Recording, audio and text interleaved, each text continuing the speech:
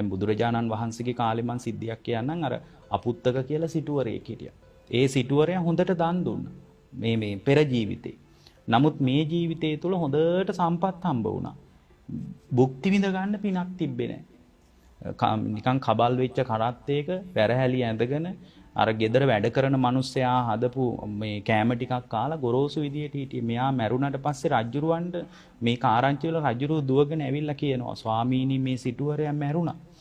ස්වාමීනි හැබැයි හරියට ඇඳලා නැහැ. හරියට කාලා නැහැ කියනවා. එතකොට උන්වහන්සේ කියන කාරණිය තමයි මෙයා එක පෙර ජීවිතේ පසේ බුදුරජාණන් වහන්සේ නමක් වඩිද්දී හොඳට සල්ලි තිබ්බ මිනිස්සෙක් කියලා. හොඳට සල්ලි තිබිලා දැන් ගමනක් යනවා මෙයා. ගමනක් යනකොට මෙයාට මුණ ගැහෙනවා අර පසේ බුදුරජාණන් වහන්සේ මූණට. මෙයාට හිතෙනවා උදෙන්ම හාමුදුරුව කෙනෙක් හම්බුනේ. දැන් අද කැඳත් නැති වෙයි හාමුදුරුව කෙනෙක් හම්බුන නිසා කියලා මෙයාට හිතෙනවා. හිතලා මෙයා කල්පනා කරනවා කමක් නැහැ උදෙන්ම හම්බුන නිසා මොනවා හරි දීලා යවනවා. ඔබ වහන්සේ මේ කොහෙද වඩින්නේ? එතකොට කියනවා පින්දපාතේ වඩිනවා. ඇත්තද?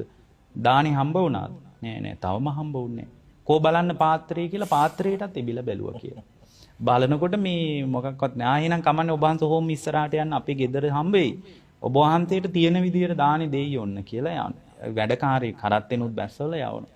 නෝන බැලුවා නෝනලා සද්ධාවන්තයිනි මහත්තුරුන්ට වඩා.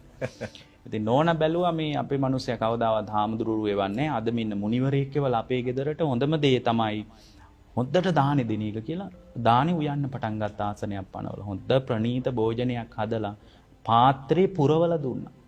අරයා පණිවිඩේ හැන්දක් දීලා යවන්නේ කියලානේ. පාත්‍රේ පුරවලා දුන්නා. දුන්නාට පස්සේ මෙයා දැන් උන්වහන්සේ වඩිනවා එළියට. අරයා ගමන ගිහින් එනවා. පැයක් කමාරක් යන්න ඇතිනේ මේ වැඩේට. එනකොට හාමුදුරුවෝ මුණ ගැහෙනවා. ඔබ වහන්සේ මොකද මෙච්චර වෙලා ගියේ? නෑ දානි දෙන්න වෙලා ගියා. හැබැයිද? දානි ලැබුණාද? ඔව් ලැබුණා. කෝ බලන්න පාත්‍රය කියලා ආයෙත් බලලා තියෙනවා. බලනකොට හැන්දක් නෙමේ පාත්‍රේ පුරවලා දීලා. ගෙදර ගිහින් කිව්වලු අදින් පස්සේ පැවිද්දොන්ට අපේ ගෙදරින් කෑම නැහැ. මේ තමයි අන්තිම කෑම වෙලා අදින් පස්සේ දැන් මේ සාමාන්‍ය කෙනෙක් නෙමෙයිනේ දන් දෙන්න යොමු කළේ වජිර මහත්තයා. ඒ නිසා උපනුපන් ආත්මවලදී මේ සම්පත් පහළ වෙනවා කියනවා. හැබැයි සාමාන්‍ය පිරිසකට නෙමෙයිනේ දන් වැට වැළැක්කුවේ. ඒ නිසා ලැබෙන සම්පත් භුක්ති විඳ ගන්න පින නැහැ කියනවා. ඒ නිසා මේ ගත කරන හැම දෙයකටම දානී විපාකයක් අපිට තියෙනවා. ඒක අපි හොඳට තේරුම් ගන්න ඕනේ. දැන් පිරිස ගත්තත් එහෙමයි. දැන් පිරිස පිරිවරා දැන් සමහර අය ඉන්නවා. දැන් දානීය පිරිස එකතු කරගෙන කරනවානේ. කණ්ඩායමක් විදිහට එකතු වෙලා කරනවා. උපනුපන් ආත්මවලදී පිරිසේ අඩුවකුත් නැහැ. සම්පත් වල අඩුවකුත් නැහැ. තවත් සමහර අය ඉන්නවා රහසින් කරනවා ගිහින් පින්කම්. හොඳට සම්පත් පහළ වෙනවා. පිඟානක් කෝපයක්වත් ගෙන්න ගන්න මිනිහෙක් නැහැ. පරිවාර සම්පත්තිය නැහැ. දැන් බලන්න මේ වගේ ඇස්සෙත් දානි විපාක තියෙනවා. තවත් සමහර අය ඉන්නවා මේ තමන් දෙන්නේ අනුන් ලවා දෙවනවා. තමන් එකතු කරලා අනුරාධපුරයේට රුවන්වැලි සෑයට කිරිහාර පූජාවක් ලෑස්ති කරනවා. හාල් ඇටයක් තමන් දාන්නේ. වටේ ඉන්න අය එකතු කරලා දෙනවා.